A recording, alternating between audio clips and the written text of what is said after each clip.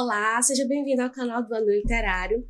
Hoje a gente vai fazer um vídeo um pouquinho diferente. Eu vou trazer para vocês aqui minhas atualizações, os livros que eu adquiri recentemente, como é que andam os projetos aqui do canal. Para começar, eu queria me explicar por causa da baixa frequência aqui. Quem me acompanha aqui já há um tempo sabe que a meta do canal, a frequência aqui é publicar um vídeo às quintas-feiras e quinzenalmente o vídeo das páginas das crônicas de Arthur, que a gente está aí no episódio 5, vamos para o 6, ou seja, a gente está na metade do projeto. Mas os vídeos deram uma rareada aqui, né? Não sei se deu para perceber que a frequência baixou bastante nos últimos meses, principalmente maio e junho. E a explicação para isso é porque eu tenho um problema de saúde, para quem já ouviu falar, eu tenho fibromialgia. Parece que não tenho, né? Não parece que eu não tenho nenhum problema. Realmente a fibromialgia é uma síndrome que causa muitas dores, entre outros problemas que vêm surgindo a partir dela, né? Problemas gastrointestinais, insônia, ansiedade, depressão. Então, tudo isso vem, assim, fazendo com que o meu rendimento tenha caído bastante. Já tenho a fibromialgia já há alguns anos e realmente tem épocas de altos e baixos. Como tudo na vida, a gente tem essa modulação, né? Então, realmente, nos últimos tempos, o bicho tem pegado aqui pro meu lado. E, infelizmente, às vezes até aparecer aqui para poder gravar, organizar tudo aqui, porque aqui é tudo muito caseiro. Então, tá ficando um pouco complicado. Queria me desculpar com vocês, assim, não deixei de ler, os livros ainda são os meus maiores companheiros, principalmente nos momentos mais difíceis, de dores. A fibromialgia é uma doença que ela consome muito a nossa disposição, principalmente a nossa disposição de estar ali presente, sabe? E uma coisa que pode até ser anti-estratégico isso aqui, mas o que eu mostro para vocês é quem eu sou, assim, eu não tenho estratégia nenhuma, meu alcance aqui não é tão grande, graças a Deus eu tenho pessoas aqui que seguem os vídeos do canal, acompanham, assistem, e eu fico muito feliz quando eu vejo algum comentário dos vídeos aqui, das pessoas que dizem que gostam da forma como eu abordo determinados assuntos. Então, assim, isso me deixa extremamente feliz, isso é o que me realiza quanto professora. Eu sou professora de literatura há mais de 20 anos, literatura é a minha paixão, é a minha vocação, eu gosto muito de contar histórias, porque às vezes a gente não pode esperar muito das pessoas, a gente não pode esperar muito que as pessoas nos entendam, nos compreendam, que elas saibam exatamente o que a gente está passando. Até porque é difícil mesmo a gente se colocar no lugar do outro. É complicado se a gente não entende, né? Se a gente não quer também. Me lembro aqui da resenha que eu fiz há mais ou menos 6 meses do livro O Sol é para Todos, em que o Atticus Finch fala isso, né, para os filhos. A gente tem que calçar os sapatos do outro e sentir o que eles sentem. E esse movimento é um movimento que é um pouco difícil na nossa sociedade. Então, assim, a fibromialgia é uma doença também que me deixa um pouco sozinha nessa luta, sabe? Porque a gente aparentemente tá bem, assim, ela é uma doença tão complicada, assim, você não tem um exame que prove que você tá doente, né? Então as pessoas me veem aqui, né, com o cabelinho ajeitado, maquiada. Então, assim, não, ela tá bem, né? Mas, assim, só Deus sabe o que é que eu precisei fazer para chegar aqui nesse ponto. Quantos dias eu disse amanhã eu faço, amanhã eu vou, amanhã, e esse amanhã ainda não chegou. Então, assim, às vezes a gente tem que vir do jeito que dá. Então, uma coisa que eu tenho aprendido nesses últimos anos é fazer o melhor dentro das minhas possibilidades. E entender as minhas possibilidades, né, como eu falei, dar o meu melhor dentro das minhas possibilidades é uma das conquistas que eu estou tendo ano a ano desde que eu descobri que eu tinha essa doença. Então, descobrir quando é que meu corpo pede pausa, quando a minha cabeça pede pausa, quando eu estou mais disposta, quando uma crise aí de criatividade me ataca. Então, eu escrevo, eu faço anotações, eu desenvolvo projetos. Então, assim, eu espero que vocês entendam que mesmo que eu esteja um pouco mais sumida aqui, não quer dizer que o canal vai acabar, não quer dizer que o ano literário vai acabar, quer dizer que eu vou fazer, né, com mais lentidão as coisas, mas que elas vão sair sim, né? É uma forma de me expressar, de realizar a minha vocação, e eu não estou disposta a abrir mão disso, tá? Então, esse vídeo é um desabafo, e eu também vou mostrar aqui algumas coisas que eu adquiri nos últimos tempos. Eu acho que no último semestre eu estava olhando aqui no canal que o último vídeo que eu fiz de Novos na Estante foi de 9 meses atrás, então muita coisa aconteceu aí nesses últimos 9 meses. Eu adquiri alguns livros, ganhei outros. Eu vou mostrar para vocês também como é que tá o andamento aqui das leituras, para vocês me acompanhando enquanto a gente conversa aqui sobre a vida, né? Então, eu vou começar com um livrinho que eu acho que esse aqui é bem recente. Eu comprei no... que teve o último Book Friday, né? Na Amazon, teve a Book Friday agora em maio, no final de maio. Então, eu comprei esse aqui, Bartable, o Escrivão, do Herman Melville, que é o mesmo autor de Moby Dick. É um livrinho, é uma novela, né? Bartable Escrivão, você também pode encontrar com o nome o escrevente ou escriturário. Bartable, o escriturário, né? Você pode encontrar também com essa tradução. Essa aqui, minha edição aqui é da José Olímpio. Além do livro ser fininho, a mancha dele também, olha só, gente, ó, a fonte é enorme, né? Então, assim, é uma leitura que você faz tranquilamente numa sentada, você consegue, né, numa tarde de sábado, você consegue ler esse livro aqui tranquilamente. Então, esse aqui, eu queria muito dar uma olhada nesse livro, ler essa história, eu achei interessante, eu já vi resenhas sobre ele, tava num preço bom, e aí, né, vocês sabem, preço bom a gente adquire, porque livros ultimamente tá caro, né, gente? Infelizmente. Outro que eu comprei no Book Friday, eu ia pegar um aqui, mas vou pegar esse, foi esse livro belíssimo. Gente, que livro lindo. Eu ia até mostrar ele num dos vídeos do projeto das Crônicas de Arthur, mas aí eu trouxe para cá. É uma seleção de histórias das lendas arturianas pelo ramo galês, certo? Então, assim, lá no País de Gales, o que hoje é o País de Gales, também teve, né, essa compilação de histórias das lendas arturianas, porque eu já expliquei isso no primeiro vídeo do projeto, nas páginas das Crônicas de Arthur. Vou deixar aqui no link, nos cards, para vocês tiverem curiosidade. Porque assim, a gente tem vários registros das histórias do Arthur, né? Tem o ramo latino, tem o ramo francês, e tem esse aqui que é o ramo galês, né? O Mabinogion. Gente, essa edição é a coisa mais linda, olha só. É uma lombada dourada, tá vendo? Chega, deu um reflexo aqui. Ela tem ilustrações do Alan Lee, que é o mesmo que ilustra O Senhor dos Anéis. Ela sai pela HarperCollins, que é a mesma editora do Senhor dos Anéis, e ela faz parte de uma coleção que eles vão chamar de Féria Antiga. Então, é muito bonito, assim, as ilustrações são coloridas, então, sabe, vale muito a pena. Eu tava também um preço bom, eu adorei esse livro, eu fiquei encantada com ele. Outro livro desse mesmo período que eu comprei foi esse aqui do Chesterton, O Homem Eterno. Eu só encontrei nessa edição da Príncipes. Eu não tenho nada contra as edições da Príncipes, na verdade, sabe? Só que são edições bem simples. Tanto é que esse livro, se não me engano, foi 10, 12 reais, alguma coisa assim. Eu tenho do Chesterton aqui o outro que é o Tremendas Trivialidades. Eu sempre confundo o nome desse livro. Então eu queria muito um livro do Chesterton, né, dessa veia aqui mais religiosa dele, né? Esse que eu acabei de dizer para vocês, ele é um livro de crônicas, de ensaios, na verdade. Então, assim, não tinha nada dele mais para esse lado mais religioso, então eu resolvi começar por esse.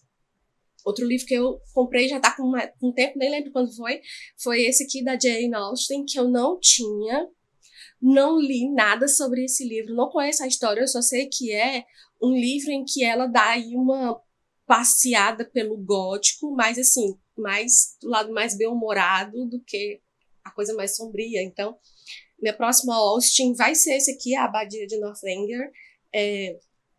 Você sabe que Jane Austen... Jane não, porque eu tô olhando aqui para Jane.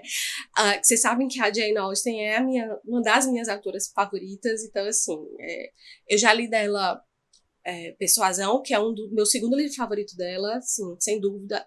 Claro que eu ainda não li esse, mas tá na lista. O Mansfield Park, que eu não gostei muito, achei a nossa heroína lá em Mansfield Park assim, um pouco... Eu achei que as as antagonistas, na verdade, a antagonista de Mansfield Park se destaca mais do que a heroína. Achei ela, assim, Fanny Price, assim, muito sem gracinha. Mas, assim, eu tô tão para ler a Abadia de Northanger, e Razão e Sensibilidade, que eu também já tenho a ler, faz tempo que esse livro tá me esperando para ler. Aí, eu teve Bienal do Livro aqui em Fortaleza, em abril, e eu só adquiri um livro lá, porque eu achei os livros absurdamente caros na Bienal, que, né, necessidade nenhuma de os livros na Bienal serem caros, assim, vários e vários estandes, com os livros muito mais caros do que na Amazon, inclusive. Então, assim, eu fiquei tanto quanto chateada, mas eu adquiri um livro só lá, que era um livro que eu queria muito ter, uma edição oficial, valendo desse livro, que é A Divina Comédia.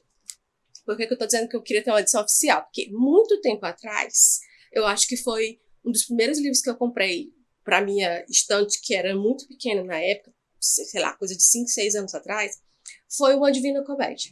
Só que eu procurei, eu não sabia mexer muito na Amazon e tal, e aí eu vi pelo preço, eu falei, esse livro tá ótimo o preço dele, então eu vou levar a 20 e poucos reais, eu deveria ter desconfiado, né? Então eu comprei, na verdade, um livro da Pocket, da Divina Comédia, em prosa.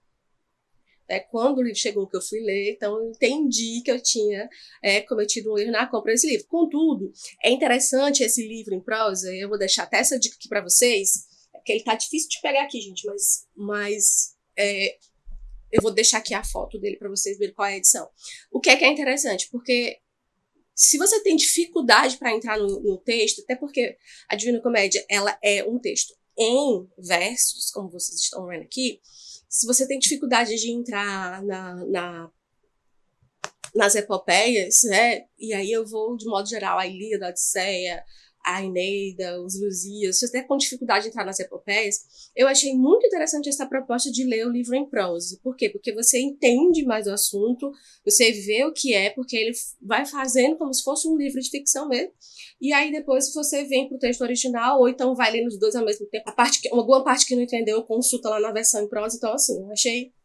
No fim, eu acabei não achando ruim o fato de ter comprado uma versão em prosa, mas eu queria, de verdade, ela aqui, assim, toda completa. Essa edição da Garnier é muito boa, a tradução dela. Cristiano Martins, o tradutor, uma tradução bem recomendada.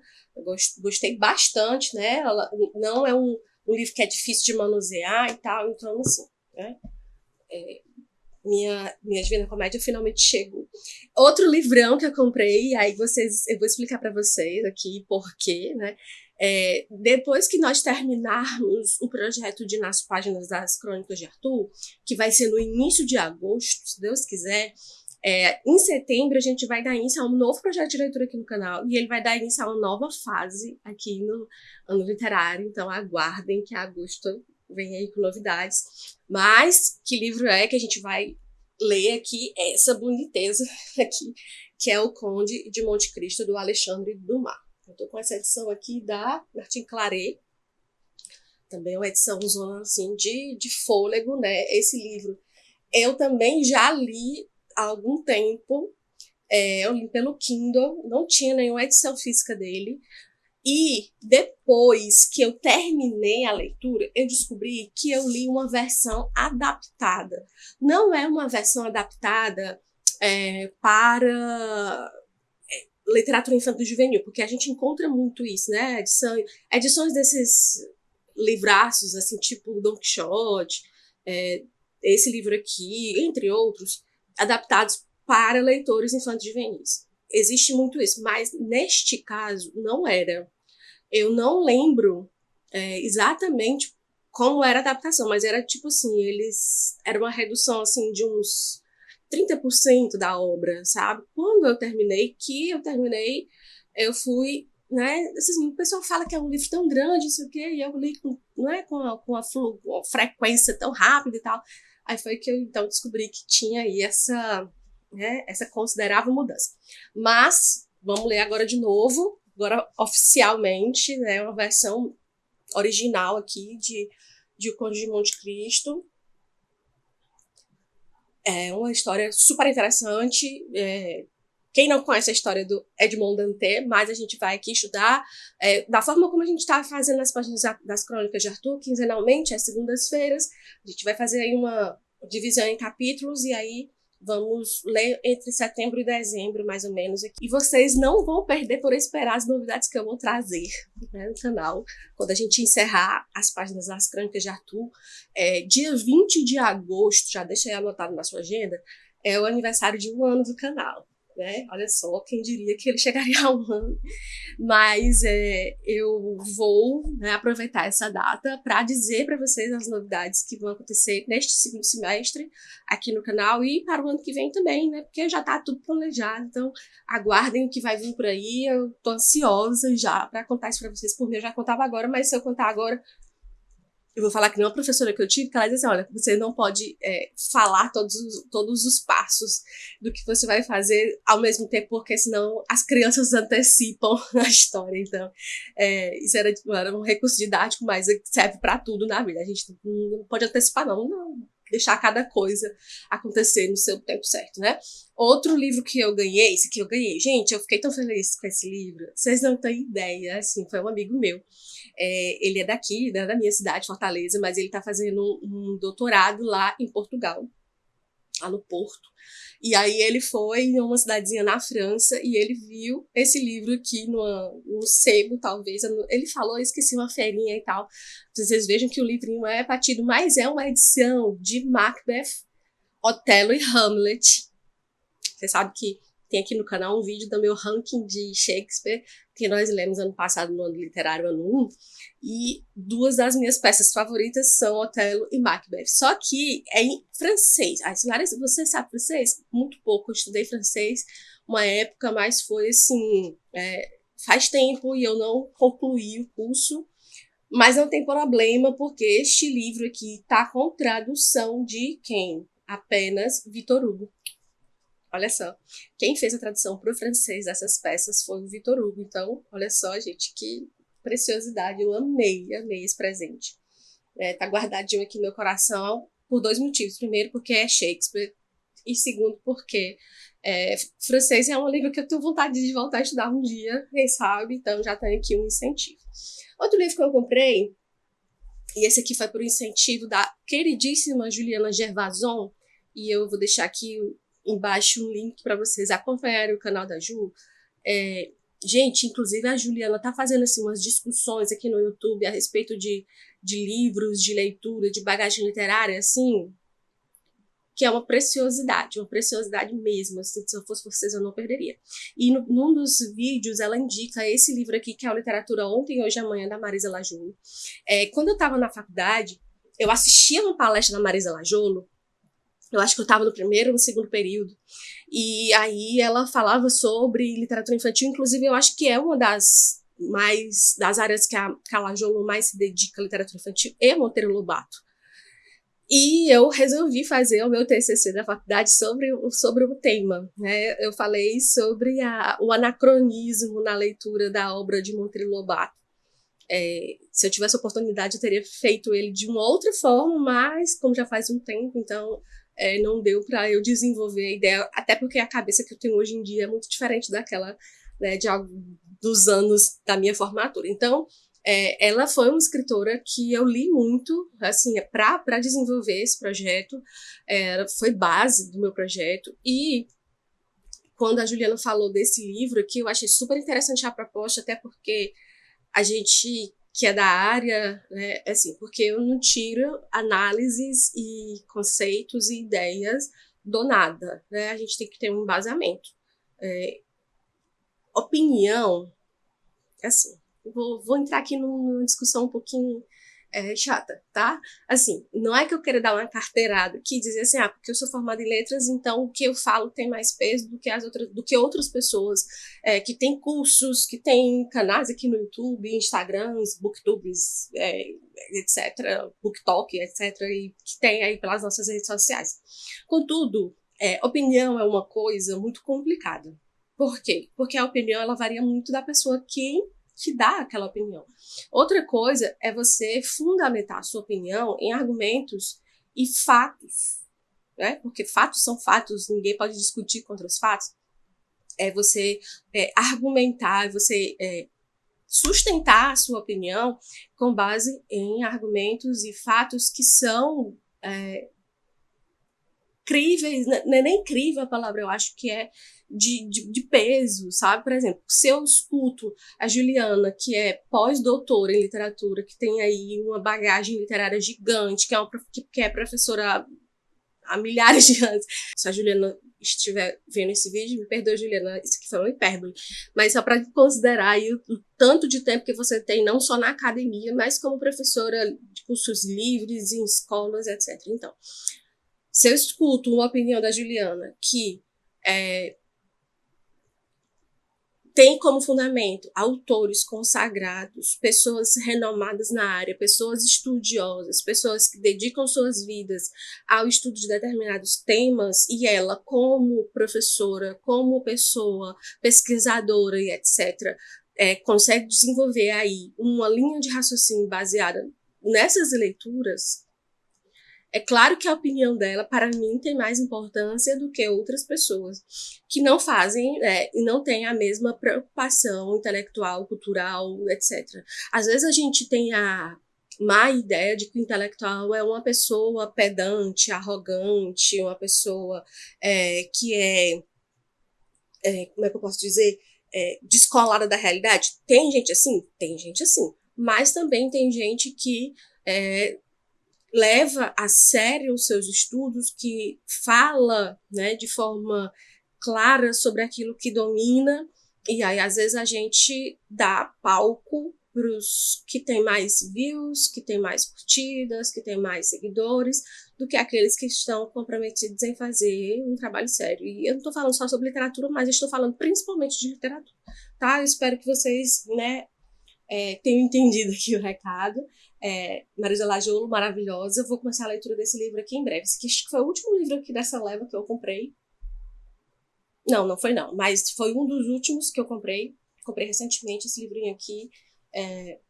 Já a leitura dele vai fazer parte aqui do meu arsenal.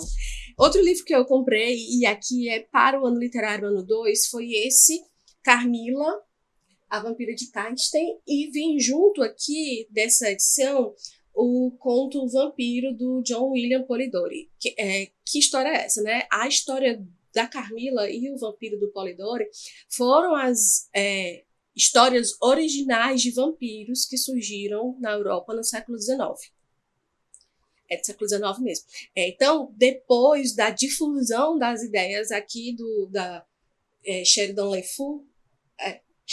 Fanu, né? Sheridan Le Fanu, dessa vampira Carmila e do Vampiro do Polidori, que então o Bram Stoker se inspirou para escrever o seu Drácula, que foi a história de vampiro que então, como eu posso dizer, cimentou na história a figura do vampiro. Mas essas aqui são as histórias fundadoras.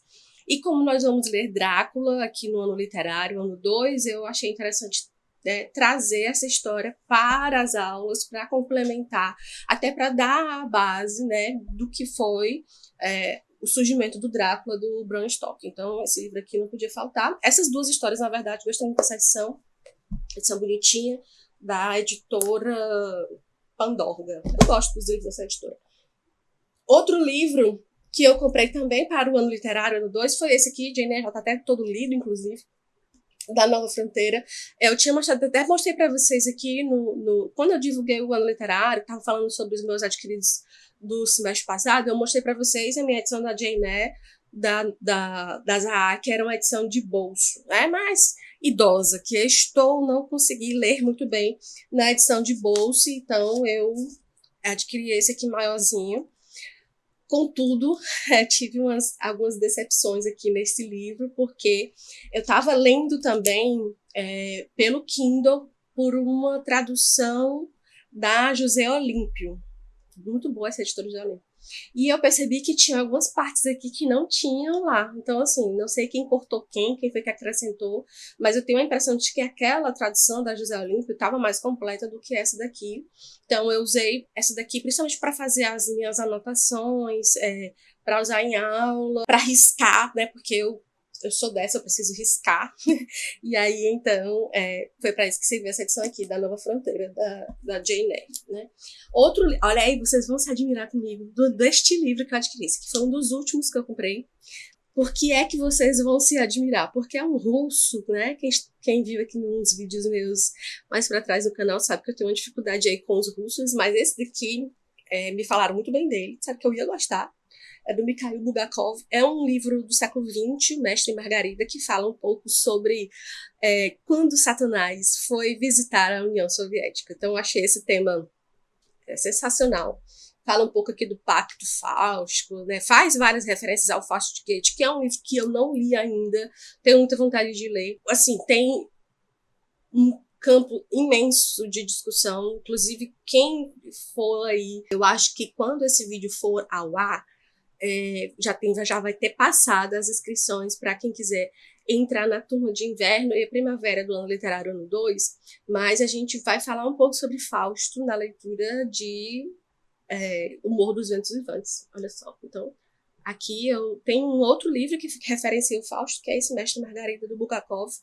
É um livro que foi escrito entre 1928 e 1940 e foi publicado no final dos anos 60 e no início dos anos 70, então tem muita história aqui interessante, é uma história que eu gosto muito. Eu gosto muito da história com H maiúsculo, então achei legal e adquiri esse Mestre e Margarida. Outro livro que também vai servir para o ano literário ano 2 é esse Três Mestres, do Stefan Zweig. Ele fala aqui sobre Balzac, Dickens e Dostoiévski, então a parte que nos cabe aqui é o nosso querido Charles Dickens. A gente vai ler A Casa Soturna do Dickens aqui em breve, então eu queria ter mais coisas falando sobre o Dickens e Stefan Zweig, né? Vamos levar em consideração. E sem falar nisso, tem outro livro dele aqui, que eu ganhei de presente na minha secreta no final do ano passado, que é essa autobiografia, O Mundo de Ontem, que é um dos melhores livros do Zweig. Eu li um Zweig ano passado, que eu adorei, que foi o José Fauché. Gente, que livro maravilhoso. Assim, a escrita do Zweig, sensacional. Então, assim, o que eu vi do Zweig na minha frente depois da leitura do José Fauché, eu fui adquirindo. Então, esse aqui eu pedi de presente amigo secreto. E aí eu ganhei no final do ano passado. E comprei este aqui, né, para estudar mais sobre Charles Dickens na visão desse grande cara que foi o Stefan Zweig. Então, tá aqui bem servida dele. Eu quero mais coisa dele. Depois que eu terminar de ler esse aqui, eu acho que eu vou atrás, tá? Outro livrinho que eu ganhei, não, porque eu comprei esse aqui, mas eu comprei de segunda mão, foi esse. Outra Bronte, eu não tinha nada da Anne aqui comigo, então eu tive vontade de adquirir este, A Inquilina de Whitefell Hall. Tenho agora o livro das três Bronte, Jane Eyre, tem o Morro dos Ventos Vivantes, e tenho agora aqui, então, o Anne Bronte, que é esse aqui, A Inquilina de Whitefell Hall. O que mais que a gente tem aqui para mostrar para vocês? Deixa eu tirar aqui do meio. Um minutinho. Eu comprei o box, isso foi, acho que foi no segundo semestre do ano passado, eu deveria ter mostrado num dos meus vídeos de Novos na Estante, acabei não mostrando. O box do Clube de Literatura Clássica aqui do Morro dos Ventos Vivantes. Achei essa edição muito bonita. A tradução, Eduardo Levi, não conheço, não é? Mas assim, também tem uma edição do Morro aqui da Penguin. Eu acho que eu estava até com ela aqui perto de mim, mas não está mais. Então, tenho aqui essa edição do Morro dos Ventos Vivantes. E aí, junto com os boxes do Clube de Literatura Clássica, sempre vem um livrinho de apoio, de leitura complementar, extra, etc. E junto com esse aqui da Emily Bronte veio uma Elizabeth Gaskell, que também está aqui no nosso ano literário ano 2. Então, achei super coincidência, mas é um livro aqui que não tem nada a ver com o nosso querido Cranford, da Elizabeth Gaskell, que é um livro, inclusive, que nós estamos em andamento agora no ano literário ano 2. Então, é esse Lois a Bruxa, bem uma vibe bem gótica, né? Então, tá aqui, eu tô para ler esse livro, trazer aqui pro canal, vocês vejam que ele é uma coisinha pequenininha, mas se bem que a mancha dele também é bem cheia, ó. Vejam que enfim, em breve. Mais uma Gaskell aqui no canal. Tem dela Norte-Sul aqui, o Cranford, que eu já terminei a leitura. já comecei a ler O Morro dos Ventos Uivantes, e aí a gente vai, então, conversar sobre essa galera toda em breve também, tá? Vocês já sabem que é pra ter paciência comigo, porque o negócio não vai devagar, mas vai, tá?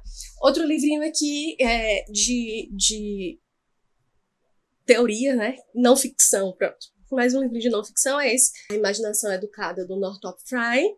Northrop Frye, que faz parte aqui do meu cânone de estudos. Eu tenho um livro dele sobre Shakespeare, né? Tem alguns comentários das peças de Shakespeare, não são todas. Não tenho físico, tenho no Kindle o Grande Código, né, que ele faz uma comparação entre a literatura e a Bíblia. Achei super interessante a proposta. E tinha esse livrinho aqui que eu queria adquirir faz tempo.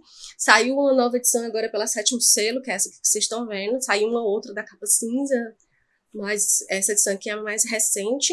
Ele é um livro fininho também, então já até comecei a leitura dele, mas aí eu parei a leitura dele para cumprir uma meta aqui do canal, que é a leitura deste livro aqui do Roger Scruton, que é Beleza. Eu nunca tinha lido nada do Scruton. Contudo, esse tema, Beleza, é um tema que eu amo, assim, estudar, falar sobre ele, ver coisas e tal. E o Scruton não tem... Eu acho que, se vocês procurarem bem, vocês vão encontrar aqui pelo YouTube um documentário que é tipo um condensado das ideias desse livro, que é Porque a Beleza Importa, que é ele que é um documentário da BBC. O Scruton era um filósofo inglês, ele faleceu, acho que em 2021, ou foi 2019, ou alguma coisa assim, mas é um pensador assim, fora da curva, sensacional, o que o Scruton tem aí para enriquecer o debate. Então, esse livrinho aqui era um livro que eu estava com muita vontade de ler fazia muito tempo, então já comecei a leitura dele, estou amando, diga-se de passagem, mas não é uma leitura que a gente consiga fazer num fôlego, porque, como eu disse para vocês, ele era um filósofo, então ele propõe muitas questões que você tem que pensar, que tem que pesquisar, que tem que entender, e vai e volta, assim. É uma leitura que, para mim, né, não é tão fluida, embora seja um excelente escritor. Vocês estão entendendo, né? Então, assim, eu que sou curiosa por natureza, quando ele fala alguma coisa, eu vou pesquisar, eu vou dizer aqui. Então, assim, é uma leitura que está levando um certo ritmo mais cadenciado para mim, embora não seja uma leitura difícil, não achei a linguagem do escritor difícil de entender, pelo contrário.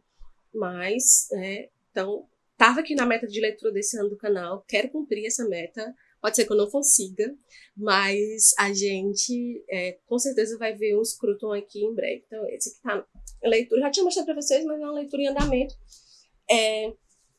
Eu parei o Fry para ler o Scruton, né? Então é por isso que eu fui mostrar ele aqui agora. Outro livro que eu adquiri também, de segunda mão, mas é um livro que eu tava no meu radar faz muito tempo. Aí você me pergunta, mas Larissa, quando é que você vai ler esses livros? Aí eu lhe respondo, eu não sei, mas que eu queria que eles estivessem perto de mim, né? Aí é por isso que eu vou adquirindo vários livros. Vocês viram aqui vários livros, eu tenho muita vontade de ler, tenho muita vontade de conhecer. Quando é que isso vai acontecer? Não sabemos, mas, né, o importante é que eles estão aqui. Esse aqui é o Eichmann em Jerusalém, da Hannah Arendt. Também é um assunto que eu acho super interessante. Assim, o subtítulo desse livro é Um Relato sobre a Banalidade do Mal. Então, vocês vejam aí também que é uma leitura que vai exigir da gente um pouquinho de tempo, paciência e, principalmente, abrir a nossa cabeça para o que vai ser falado aqui. Para quem não conhece essa história, o Eichmann, Adolf Eichmann, era um cara que fez todo o projeto como é que eles chamavam? Solução final, lá na Alemanha nazista, que era a solução final, então era o extermínio dos judeus.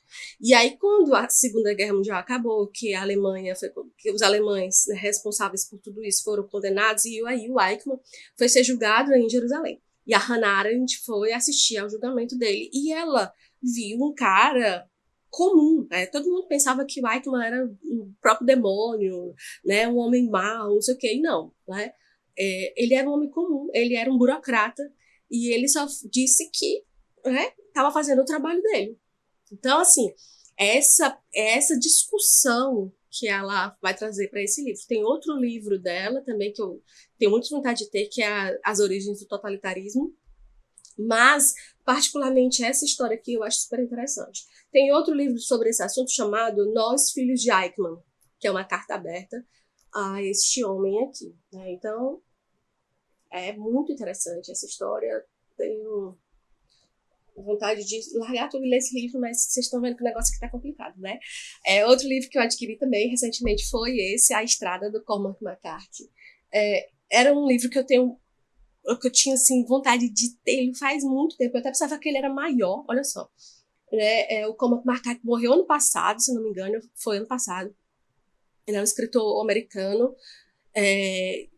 E ele ganhou o Pulitzer com este livro, assim, não só por causa do prêmio, mas assim, pela forma, né, pelo teor das obras dele. Tem uma história dele muito conhecida que é Onde os Velhos Não Têm Vez, que virou um filme, né, dos irmãos Coen. Se vocês já assistiram, já viram falar, se não me engano, The Road, né, que é esse livro aqui, também já virou filme, não tenho certeza. Mas esse cara escreve, assim, de forma brilhante, e em breve novidades sobre Cormac McCarthy aqui no canal, hein? Não percam.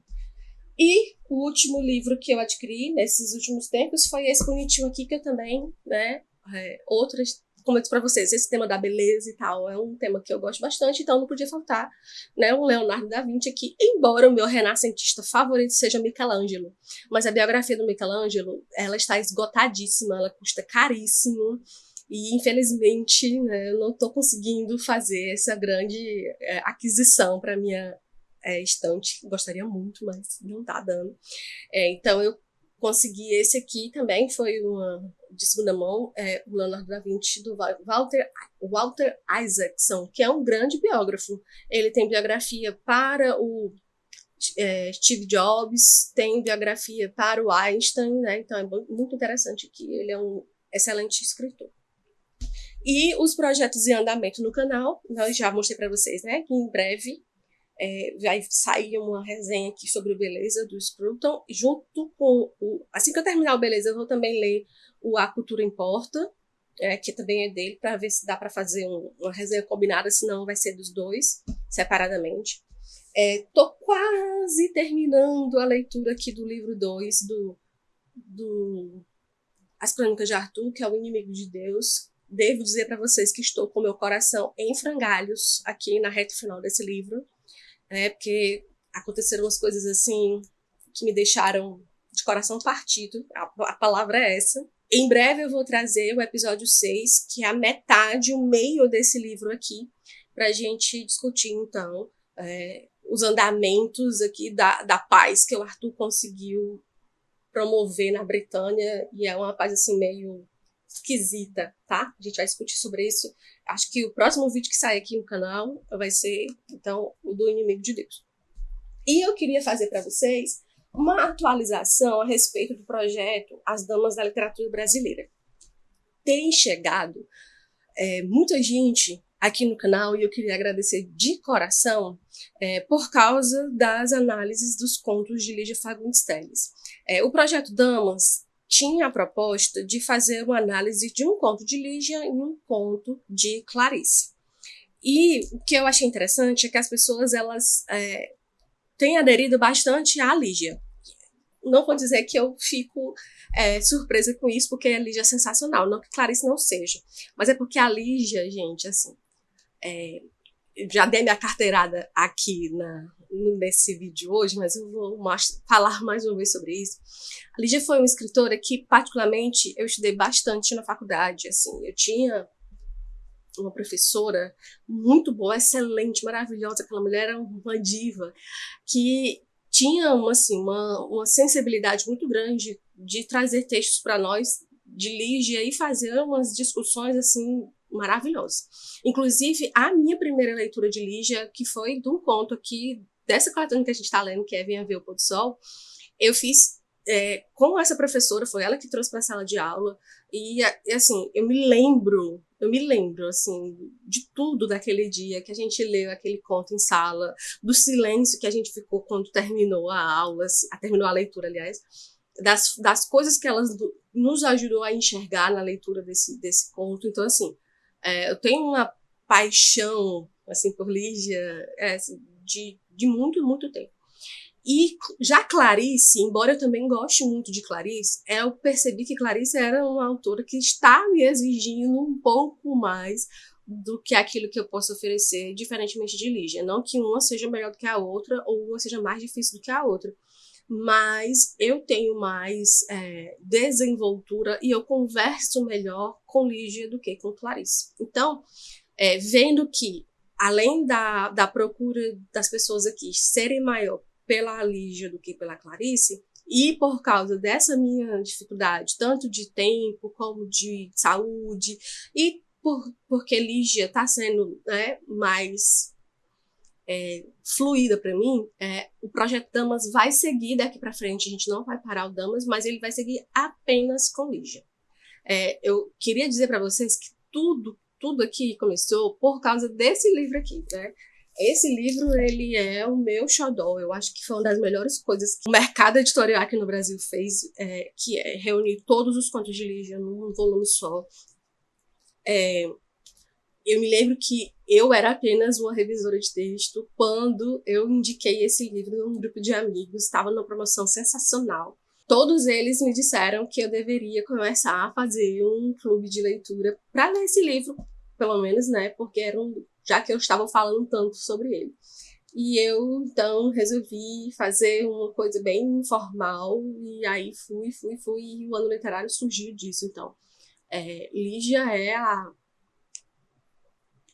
madrinha, né, do ano literário, junto com esses meus amigos que me apoiaram, me incentivaram a falar daquilo que eu gosto, que é literatura. Tava só na minha, quietinha, e aí eles disseram que eu deveria mostrar para mais pessoas daquilo que eu gostava.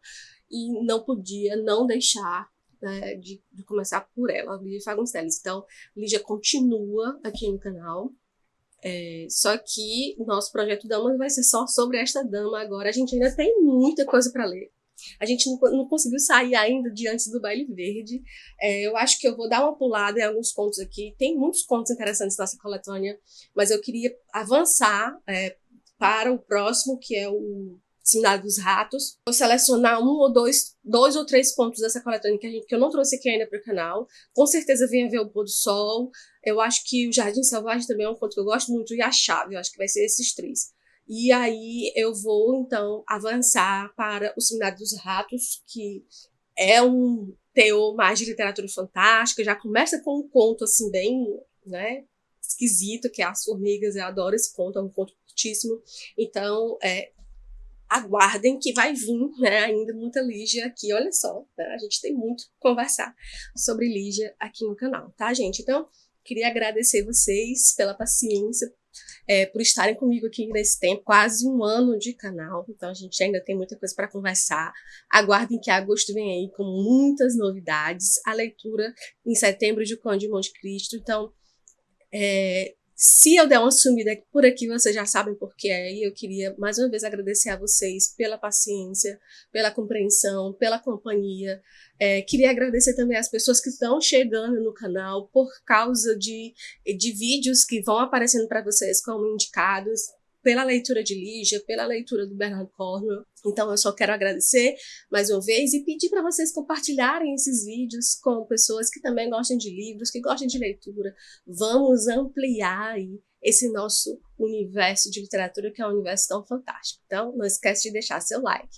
Se você não é inscrito, se inscreva e até o próximo vídeo.